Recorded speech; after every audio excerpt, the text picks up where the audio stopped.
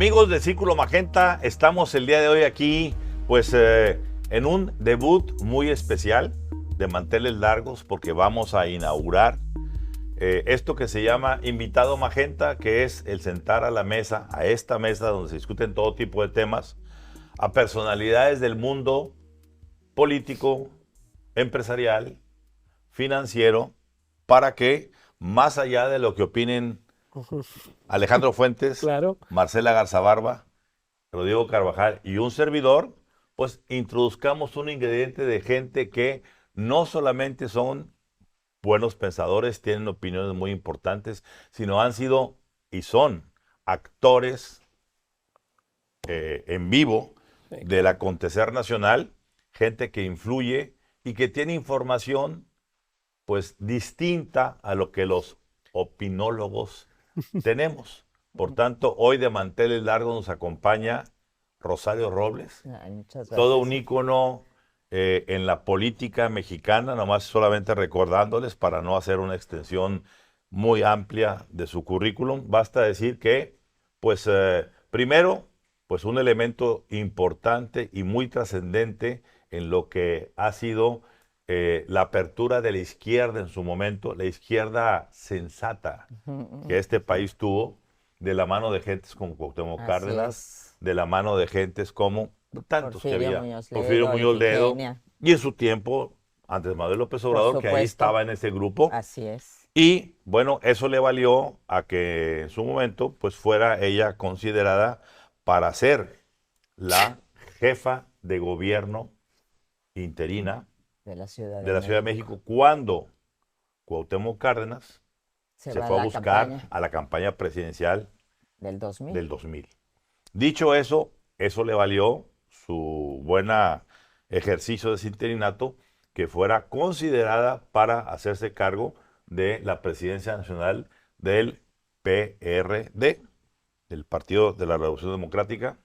Y bueno, pues a partir de ahí, pues se dio lo que se dio dentro del PRD, y siendo quien era Rosario Robles, pues fue de esas mentes y voces sensatas que tuvieron el acierto de poder ser llamadas por un gobierno como el de Enrique Peña Nieto, que quería ser ecuménico, Sin ser del PRI. sin ser del PRI, invitarte a una secretaría, ¿no? Sí. Primero a una y luego a otra. ¿Cuáles 6 años. son tus- Desarrollo social Y luego, la de desarrollo agrario, territorial y Cerrato. urbano. Sí. y pues recordemos que pues en esa estadía, en ese paso por ese sexenio, pues surgió la llamada estafa maestra, que se le pretendió endosar por completo a Rosario Robles.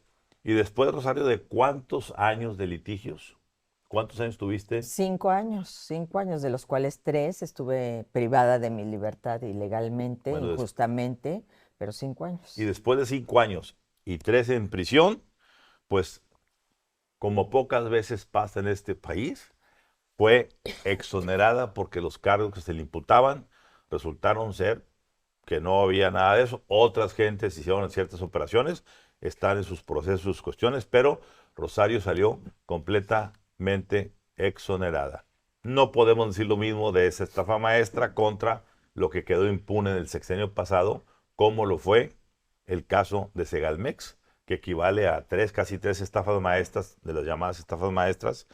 Y lo más importante, fue muy claro, y lo digo yo porque lo conocí de cerca, viví de cerca el asunto, cómo el expresidente Andrés Manuel López Obrador en su momento tomó como un agravio el que Rosario se fuera e hiciera causa común con un gobierno como el de Peña Nieto, y a partir de ahí esos odios que se volvieron con el tiempo el pan nuestro de cada día de López Obrador, terminaron por hacer de esta pugna entre del presidente hacia Rosario Robles, un acto de venganza que fue reivindicado con esa exoneración que, dicho sea de paso, se da en tiempos de la Cuarta Transformación, nada de que mano negra. Rosario, bienvenida y gracias Muchas por aceptar gracias. ser la madrina de este segmento.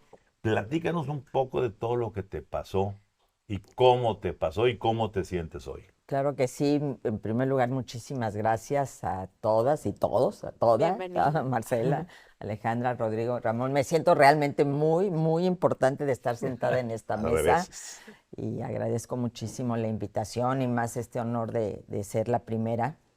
Pues fue esta persecución de carácter político basado, yo creo que en dos objetivos muy importantes. Primero, desacreditar la política social del gobierno del presidente Peña Nieto, que fue una política dirigida a los que menos tenían, a una política basada en un enfoque de derechos, no de clientelas, no de te doy dinero a cambio de nada, sino de cómo participamos todos para sacar adelante el barrio, la comunidad, con un ingrediente de género muy importante, las mujeres como clave en todo este proceso. Y por otro lado, el desacreditar también a una figura de tipo político que venía de ser de la izquierda, que había sido jefa de gobierno de la Ciudad de México y que era mujer. Entonces había que sacarla de la jugada. Literalmente, Andrés Manuel me conoce muy bien, sabía que yo esos 6 años de su presidencia iba a estar recorriendo el país, en donde había sembrado un comedor comunitario, una cruzada contra el hambre, una política de vivienda, lo que fuera, y evidentemente eso a él no le convenía, porque lo que es muy chistoso es que a mí jamás, en primer lugar, ni me dijeron que me estuvieran persiguiendo y por otro lado no tuvieron un expediente que presentarme para negociar. No tenían nada. Durante todo este tiempo nadie ha podido sacarme una casa adicional a en la que he vivido hace 30 años, un rancho, propiedades, cuentas en paraísos fiscales, nada, como muchos sí de la 4T tienen, por cierto, en efecto. Entonces, esto me sirvió, ¿por qué? Pues porque no me pudo doblar. Siempre su objetivo es doblarte, arrinconarte, destruirte como ser humano. Yo Fuerza creo que no te destruye, te fortalece. así es. Y además el objetivo era de la destrucción, ¿no? Pues, el ataque fue por todos lados, fue la cárcel, juicio político, cuentas congeladas, por todos lados fue el ataque. Y sin embargo, pues yo viví esos 3 años con mucho dolor. Lo platico en mi libro, Rosario de México, ¿no? Porque ese me es el libro parecía de tus experiencias de este 3 proceso. años, porque para mí era muy importante dejar un testimonio por escrito por mi nieto, por Mateo, para que él conociera la verdad de su abuela, para que se sintiera orgulloso del apellido que lleva. Rosario, este caso, como pocos, exhibió el uso faccioso de las instituciones de procuración de justicia. Fue abiertamente una persecución política. ¿Tú crees que en la coyuntura que viene con la reforma judicial, con la elección de los jueces, tu caso habría llegado también al no ejercicio de la acción penal, a una exoneración? No, claro que no, porque de por sí yo tuve que enfrentar a un juez de consigna. Imaginémonos que ahora todos los jueces van a ser prácticamente al estilo de Delgadillo Padierna. Un juez de consigna que además era sobrino de una diputada de Morena que además decía que era mi enemiga política y que tenía ganas de venganza por todo lo de los videoescándalos en los que había sido exhibido su marido. Entonces, evidentemente, yo enfrenté a un juez de consigna. Ahora imaginémonos que así van a ser todos los jueces, que van a estar del lado del gobierno y no del lado de las víctimas ni del lado de la justicia. Un juez que además aceptó una licencia falsa, que el argumento para decir que se me privaba de mi libertad es que yo me podía fugar. Y la prueba, a pesar de que yo había venido del extranjero a presentarme a la audiencia. Sí, tú sola, ¿no? Yo vine, no andabas huida. No andaba huida, yo me presenté y demás. Y entonces el argumento es que me podía fugar y la prueba es que yo tenía una licencia con una dirección que no era mi dirección. Y entonces una licencia que se mostró que la dirección ni siquiera existe. Es decir, ni siquiera se tomaron la molestia de hacerlo bien. No existe esa calle y esa dirección en la Ciudad de México, en esa colonia. La firma falsa, la fotografía, la demostró la queridísima y creo que paisana tuya, ¿no? De Azucena Uresti. A los 3 días ya había demostrado que la habían sacado de internet, ¿no? Y todo falso de la licencia con la que me privaron de mi libertad. Imaginémonos, Rodrigo, que ahora sí va a ser. Es decir, que te van a, además porque se han ampliado los delitos por los cuales puedes ir a la cárcel, Claro, ¿no? con prisión Ya preventiva no oficiosa. hay la presunción de inocencia, ahora eres presuntamente culpable. Hay un retroceso en materia de derechos humanos y pues, simplemente te argumentan que la licencia, un papel falso, si falsifican pruebas, pues ¿a qué tipo de sistema judicial vamos a estar enfrentando? Si de por sí ya era deficiente, ahora con todos estos cambios que va a haber, lo que menos va a haber va a ser justicia. Va a haber persecución de opositores, como ya lo estamos viendo, va a ser utilizar la justicia para intereses que no son necesariamente los que la ley dice y los que se deben de proteger. Entonces a mí me parece muy grave lo que viene, lo que ya estamos viviendo, porque además ni siquiera el procedimiento, ya olvidémonos si esa era la reforma judicial que México necesitaba. Ok, ya lograron con su mayoría artificial, lograron tener esa reforma, ni siquiera el procedimiento que ellos se dieron en esta reforma que fue constitucional lo han seguido. Es correcto. Habían hasta excluido a las 3 ministras y ya las pusieron fuera del plazo, las incorporaron. Ilegalmente, claro. Ilegalmente, entonces, pero ese es uno. Incluyendo con apodos para que la Sí, gente, no, así bueno, medio mercadotécnicamente hablando. No, bueno, es que era así del Ángel Vengador y ¿no? Rosario, tú fuiste la primera, en muchas cosas, la primer jefa de la Ciudad de México, la primer presidenta del PRD, ha sido la primera en muchas situaciones. Fuiste también el primer personaje importante de la izquierda que transicionó hacia un gobierno como el de Enrique Peña Nieto. Y hay una cosa que se hizo muy famosa, y esta famosa frase de Enrique Peña Nieto cuando te dice: no te preocupes, Rosario. ¿Qué pensaste en ese momento cuando te lo dijo Enrique Peña Nieto? Y a la distancia, ¿qué reflexión te da cuando te dijo el entonces presidente?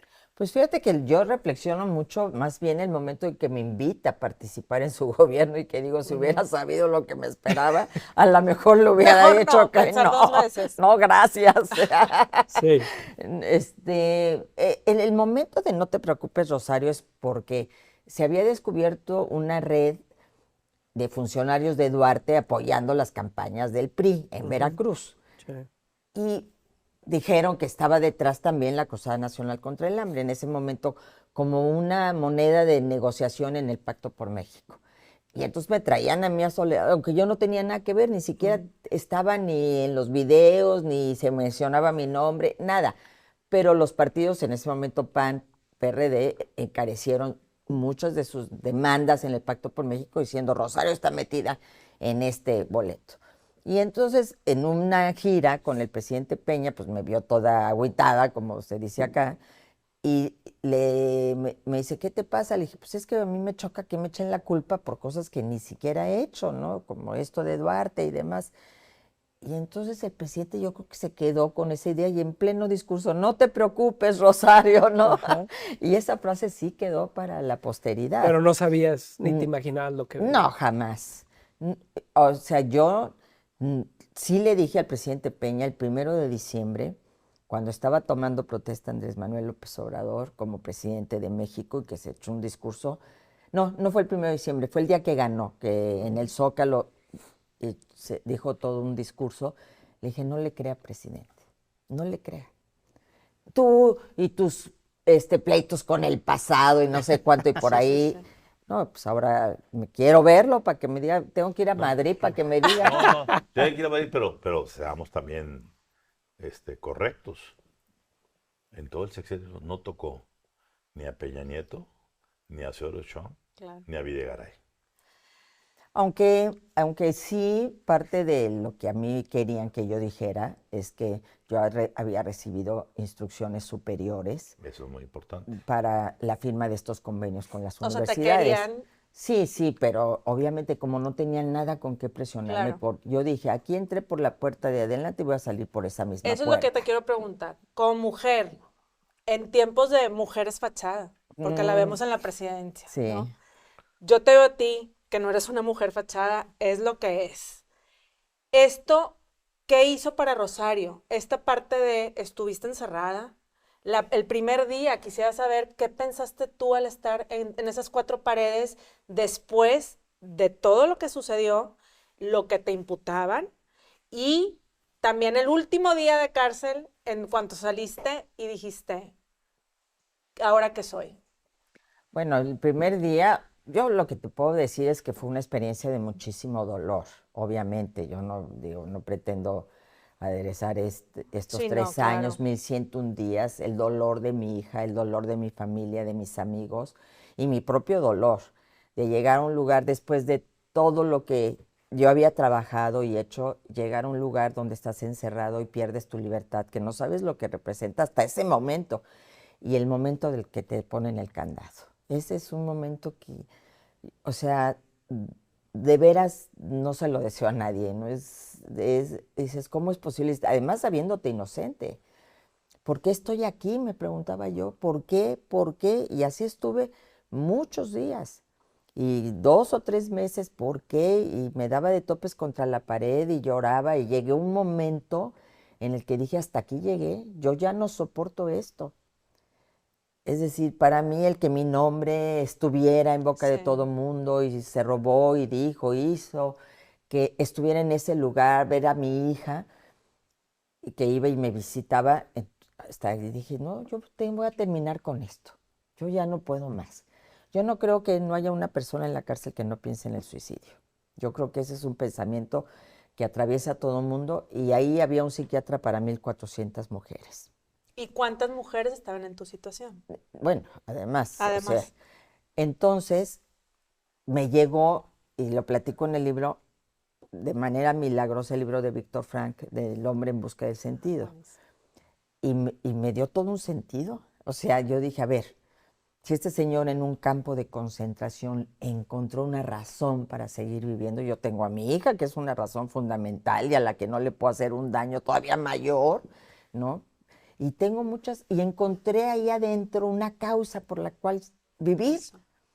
Y la causa era que todas esas mujeres no tenían ni la estructura, ni los instrumentos, ni la posibilidad de tomar un teléfono y hablar con algún amigo periodista y decirle, oye, es que esta es la verdad, y etcétera. Y entonces me convertí en su voz, en su organizadora, en desde que nos hicieran las mastografías que durante toda la pandemia no nos habían hecho, y entonces lo planteo ante el juez y llega al día siguiente la orden de que me la hagan y le digo, no, yo no voy, yo pedí 1,400, no pedí una. Y entonces llegaron ya los O carritos y agente de cambio. no, dentro llegaron de los carritos y quería, y yo los inauguré como si fuera la jefa de gobierno y demás Sí. y tal, o sea, y luego la visita histórica del ministro Saldívar que logramos, de una carta que le enviamos y hacer evidenciar la injusticia en la que viven muchas de las personas que están privadas de su libertad y sobre todo si son mujeres. Muchas inocentes con sentencias, con cárceles de años sin sentencia, que es terrible, sin una sentencia. Otras que están ahí por amor, lo quiero decir literalmente, o porque están pagando por el hombre, ¿no? Por el caso Chabelita, que el hermano le pidió, préstame tu tarjeta, me van a hacer un pago, y resultó ser que era el pago de un secuestro, y la que está en la cárcel es Chabelita y no el hermano, ¿no? Entonces, todo eso lo viví, y entonces yo me di cuenta que era una más de muchas mujeres que estaban sufriendo injusticias, que no tenían voz, y que yo podía darles esa voz. Entonces, eso me permitió de alguna manera más que tenía meditación ahí adentro, hacía ejercicio todos los días, me ponía mis mascarillas de miel con avena, limpiaba mi estancia, la pintaba, leí muchísimo, leí como loca. Entonces, ¿Y todo eso me sabías que ayudó. algún día iba a Yo llegar decía, esta yo tengo exoneración? que, los que me metieron aquí me van a tener que sacar. Pensé que me iba a echar todo el sexenio, la verdad. O sea, porque saben que estoy aquí, Andrés Manuel sabe, y como se lo dije en cartas, yo tengo la misma casa en la que tú estuviste sentado varias veces. Tú no puedes decir que vives en la misma casa en la que yo te conocí. Y sin embargo, Súper yo buen tengo la punto. misma. Rosario, una pregunta. ¿Cuánto de ese odio, animadversión, rencor del expresidente López Obrador tiene que ver con el hecho de que él pensara que de una u otra manera tú fuiste parte de ese plotting de los famosos videoescándalos con Ahumada, Salinas, Diego Fernández Ceballos y demás? No, obviamente lo piensa, ¿no? Lo pensaba. Es decir, yo pienso que el Por- epicentro, más que la estafa maestra Sí. fue un pretexto Sí, él la venganza para la saldar traía.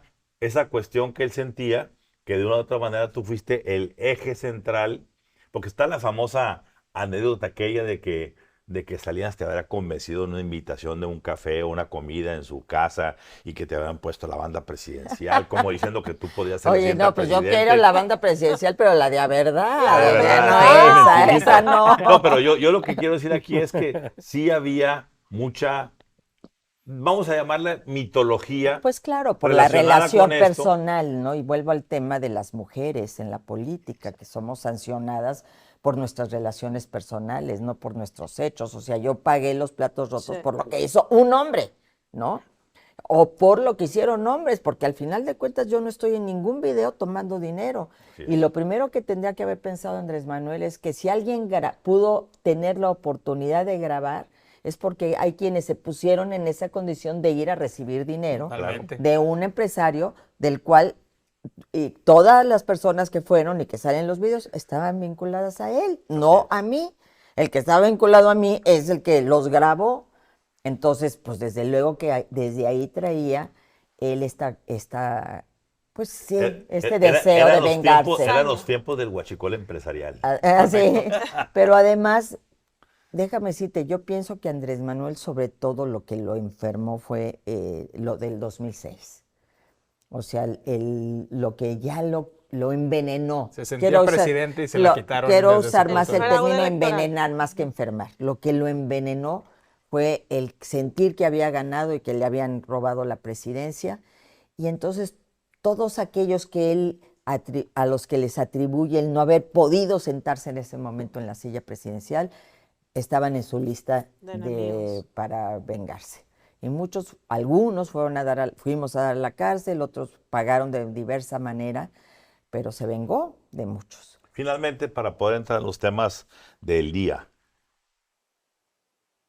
¿cómo te sientes hoy después de haber pasado esta experiencia? ¿Y cuál es tu balance de lo que terminó siendo el sexenio de Andrés Manuel López Obrador, a quien conociste tan de cerca, operaste con él tan de cerca, viviste su proyecto político? ¿Qué te quedó después de ver estos 6 años de lo que ocurrió?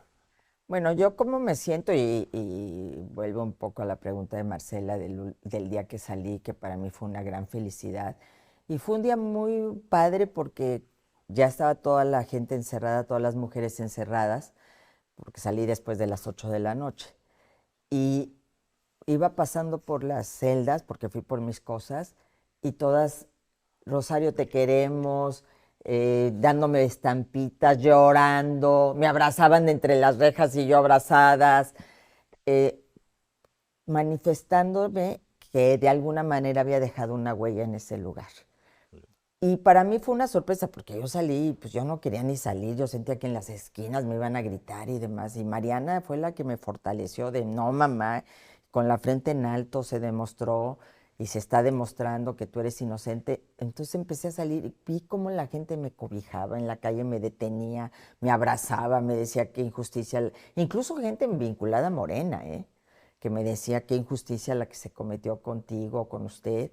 Entonces empecé a empoderarme otra vez y más cuando finalmente todas las instancias, porque pasé por jueces de amparo, tribunales colegiados, tribunal de apelación, Suprema Corte, todas las instancias por unanimidad resolvieron que yo no debía de haber estado un solo segundo encarcelada y que el delito que se me imputaban en todo caso se debió de haber seguido alguna investigación de carácter administrativa, pero nunca penal. Entonces, y jamás lograron acreditar un solo peso indebido, una sola situación indebida. Entonces, eso me dio mucha fortaleza. Me convirtió en una víctima más de millones que hay en este país y yo no me pongo ni me comparo siquiera con las madres buscadoras y su dolor, con las madres que tienen a sus hijos con cáncer y no tienen medicamentos, con tanta gente, tantas mujeres que pierden a sus hijas, a sus hijos todos los días por la violencia criminal que hay en México, o de las madres de las 10 que todos los días mujeres que todos los días son asesinadas en este país, pero soy como ellas, una mujer que vivió una experiencia, que estuvo en el infierno, porque estuve en el infierno y salí de él. Y al final de cuentas, lo que va a quedar es eso, ¿no? Es decir, aquí está mi verdad, la puede tomar quien quiera, quien no, ya no es un tema que a mí me esté afectando, porque eso también lo he trabajado. Y los resultados también de lo que yo creí, a pesar de no haber votado por él, pero yo sí creía que iba a ser un buen presidente Andrés Manuel, había peleado tanto por serlo, había una visión, había un proyecto cuyas muchas de sus partes yo compartía viniendo de la izquierda. Y si vemos hoy los resultados, es por eso lo que digo, pudo más este envenenamiento, este odio, esta venganza, este deseo de dividir al país, de polarizarlo, que lo positivo que pudo haber hecho. Y entonces tenemos un país que no creció, un país con más muertos que nunca en términos de la violencia, un país en donde hubo un manejo criminal de la pandemia, un país donde sí hubo una redistribución del ingreso vía estas transferencias monetarias, pero al final de cuentas eso no te resuelve el problema de un país con prosperidad, con productividad, con un mayor crecimiento y desarrollo, porque la mayor riqueza es que haya un empleo con prestaciones, con seguridad social. Y entonces, pues creo que nos quedó mucho a deber. ¿Qué le su dirías a gobierno. Andrés Manuel si lo tuvieras enfrente? Ay, no sabes las ganas que tengo. ¿Qué quieres decirle? No, pues que ¿por qué? ¿Por qué? Que me explique por qué. ¿Por qué hizo eso conmigo? ¿Por qué fue tanto su odio de llevarme a mí, que fui la única mujer, fui la única a la que llevó a la cárcel del sexenio de Peña Nieto? ¿Por qué? Que ojalá me lo pudiera decir a la cara. Cuando hay, No va a poder. Cuando hay evidencias contundentes de otros secretarios de Estado que, con todo puesto sobre la mesa, no les tocaron ni un cabello. Pues mira, yo aprendí algo, Ramón Alberto, y es, yo no puedo juzgar. A mí me inventaron también muchas cosas y al final de cuentas, pues tienes que demostrarlo en el ámbito jurídico. Yo hasta eso digo, a un altísimo precio, pero pude limpiar mi nombre. Cosa que si no hubiera tal vez vivido esta experiencia jurídica y de cárcel, no se hubiera limpiado, hubiera quedado siempre la duda. Hubiera quedado, se robó los millones. ¿Por qué? Porque no hubiera pasado por esta limpieza. Proceso. Mira, me decían Sí, mucho esto buen allá punto. adentro. Dios sabe por qué hace las cosas. Claro. Y yo decía, híjole, no, Diosito, ¿por qué de esta manera las estás haciendo? No, sí es el precio que tuve que pagar para limpiar mi nombre, para que quedara claro de manera contundente que yo no había tenido nada que ver con robarme un solo peso del erario público. Entonces, pues sí, ahora sí que aprendí a ver la parte positiva, ¿no? De todo ¿Alguna esto. posibilidad de que Rosario Robles en algún momento regrese a la arena política? No, bueno, sí, obviamente. No me he ido. Hice Lo política traes. hasta en la Cuando cárcel. sí, claro, Hice claro, política hasta en claro. la cárcel. Cuando lo traes, lo traes. Sí, sí. No, yo creo que nuestro país requiere a todas y a todos los mexicanos que estamos verdaderamente comprometidos con un México que salga adelante, que deje atrás esta estela de sangre que tanto daño nos está haciendo y esta división que no nos ayuda en nada. Voces que avancemos. Yo aprendí eso en la cárcel, reconciliar. ¿Cómo reconciliamos? ¿Cómo perdonamos y reconciliamos para poder avanzar? Estuviste ya del lado de las víctimas y sabes lo que una víctima siente Así cuando la es. injusticia se da. Por tanto, estás en posibilidades de poder hacer cosas por todo un sistema que está lleno de eso. Así es, hay víctimas por todos lados, Ujú. ¿no? Víctimas en todos los sentidos y yo quisiera ser voz de muchas de ellas. Rosario, aquí tendrás siempre un lugar, un asiento para poder expresar tu voz y qué bueno que seas la madrina de este nuevo capítulo de Círculo Magenta, porque es un ejemplo claro, con mucha historia, con mucha ejemplaridad y con bastantes elementos para que la gente pueda entender en carne viva lo que un mal sistema es capaz de hacer. Así es, triturarte. Muy bien.